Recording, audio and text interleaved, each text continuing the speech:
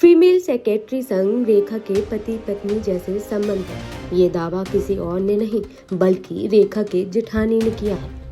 ये दावा सुनकर सभी का दिमाग झन्ना गया था। आज हम आपको इस वीडियो में इसी मुद्दे पर बात करेंगे कि ये अफवाहें आखिर कितनी सच है और कितनी झूठी। तो चलिए वीडियो की शुरुआत करते हैं। सदाबहार अदाकारा रेखा की लव लाइफ हमेशा सुर्खियों में रही है, चाहे वो मुकेश अग्रवाल संग उनकी शादी हो या अमिताभ बच्चन समेत कई एक्टर के साथ उनका जुड़ा नाम। वो अपने प्यार और रिश्तों के चलते हमेशा ही चर्चा में रही है। 69 साल की उम्र में भी रेखा सिंगल है, लेकिन उनकी मांग में हमेशा सिंदूर देखने को मिलता है। जितनी मुंह उतनी बातें। ऐसा ही कुछ रेखा के मामले में भी रहा है। लोगों ने उनके लिए क्या कुछ नहीं कहा। बात यहाँ तक हुई कि रेखा की शादी उनकी सेक्रेटरी फरजाना के कारण टूटी। तो बता दें कि फरजाना हमेशा रेखा के साथ साय की तरह रहती है। उनकी इजाजत के बगैर रेखा से कोई मिल भी नहीं सकता। रेखा की जीवनी पर लिखी यासिर उस्मान की किताब रेखा एक अनकही कहानी में लिखा है कि उनकी जेठानी ने कहा था कि रेखा जब फरजाना के साथ होती है तो उनका रवैया काफी अलग होता है। रेखा की जेठानी के मुताबिक रेखा और फरजाना के बीच कुछ अलग ही चल रहा था।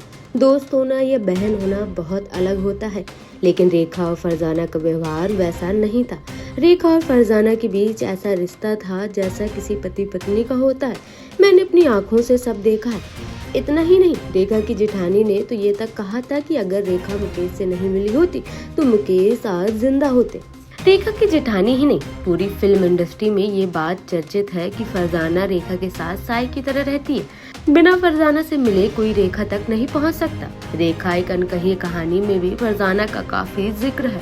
राइटर मालविका सिंघवी ने इस किताब में रेखा और फरजाना को लेकर कुछ बातों का जिक्र किया है, जिसमें ये अहम है कि फरजाना न केवल रेखा की सेक्रेटरी है बल्कि उनके हर राज को जानती है और हर पल उनके साथ रहती है। राइटर सांघवी के मुताबिक एक बार किसी ने रेखा को खाने पर अपने घर बुलाया था और वो भी फरजाना के साथ उनका रिश्ता देखकर हैरान रह गए थे।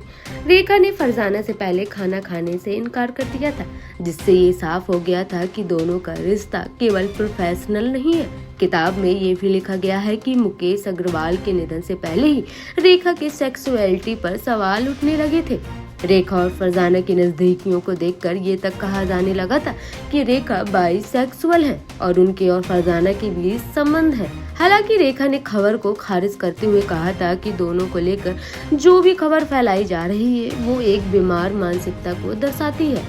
आपको बता दें कि फरजाना रेखा के यहाँ पिछले 40 साल से भी ज्यादा समय से काम कर रही हैं। पहले वो उनकी हेयर ड्रेसर के तौर पर काम करती थी और फिर उनके बाद वो रेखा की पर्सनल सेक्रेटरी बन गई। अब फरजाना रेखा के साथ ही रहती है। यासिर उस्मान की किताब के मुताबिक सिर्फ फरजाना को ही रेखा के बेडरूम तक जाने की इजाजत है। यहाँ तक कि रेखा की हाउस हेल्प को भी उनके बेडरूम में जाने की इजाजत नहीं है। फरजाना रेखा के साथ साय की तरह रहती हैं।